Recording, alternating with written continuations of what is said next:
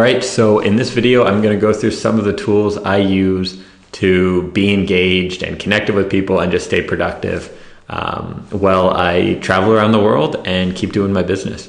So one of the things you'll notice in this lecture is that it's not that complicated. I don't use too many crazy things, and it's just really not that difficult. So first aspect is I have down here Dropbox and Google Drive. These are basically cloud-based backup tools. I highly recommend them. Optimized, once you have them set up, it's just really nice where you can access your files on all your devices. So I can, from my phone, access just about any important file. Not to mention though that the main reason is security. So if something happens to your computer, you have all your files backed up.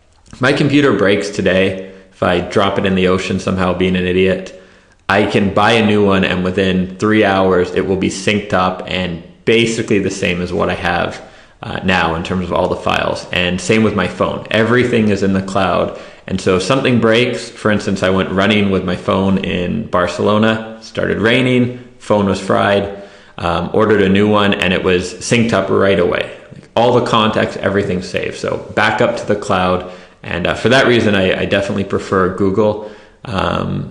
Just for me in terms of Gmail and all the syncing, it just works really well. I also like Google because if your phone breaks, you can buy a replacement for a very decent price. So for instance, if you can see it here, this is my phone. It's the Moto G. I did have a HTC One before, which was, I don't know, $600 just unlocked. And when it fried, I didn't want to spend all that money. So I got this for, I think, 140 pounds, which is about $200. And it does everything. It's Android 4.4. It's great. So that's why I recommend Android, is if your phone gets lost or stolen on your trip, you don't have to fork out $800 for a new Apple one to replace it. In terms of travel, a few tools I have down here.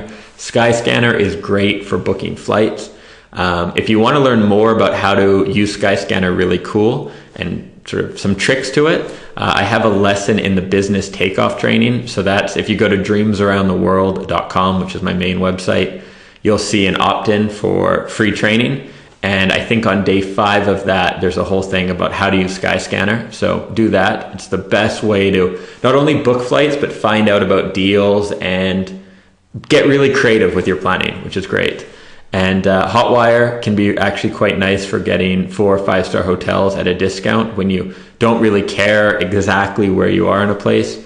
I like booking.com otherwise for booking accommodation, mostly because you can get fully refundable rooms, which is great when you want to be more spontaneous. So what I've done before too is I'll actually book hotels in 2 different places at the same time with fully refundable rooms, and then a few days before I can decide where I want to go and then cancel the other ones.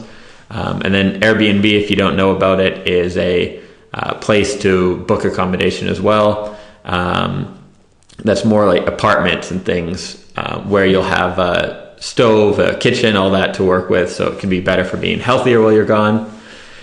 And then in terms of communication stuff, I use WhatsApp for almost all my communication with friends and even like business partnerships and things like that. I find it's the most effective and efficient when you're on different time zones. You can send voice notes and message people at different times. And then socially, I like Internations and Meetup.com. These are really good websites, mostly Meetup.com. Internations is more of a meat market kind of business networky thing. But Meetup.com is really good for finding like-minded people in whatever city you're in. So the more expats are in a place, usually the more meetups you find, but it's a really good place to meet people just about anywhere. I like their app because you can just say meetups near me right now, and then you see sort of the meetups coming up, and then you can just add it to your Google Calendar from there. And then for communication, my only setup, I use Skype, and Google Voice is my consistent phone number primarily. And that's about it in terms of tools. I mean, there's other specialty stuff out there, but this core has kept me going well without any issues, any screw-ups, any communication problems for the last 3 years. And so that's all you really need. All right, thanks for watching. Let me know if you have any questions about a specific situation, and I can do my best to answer them.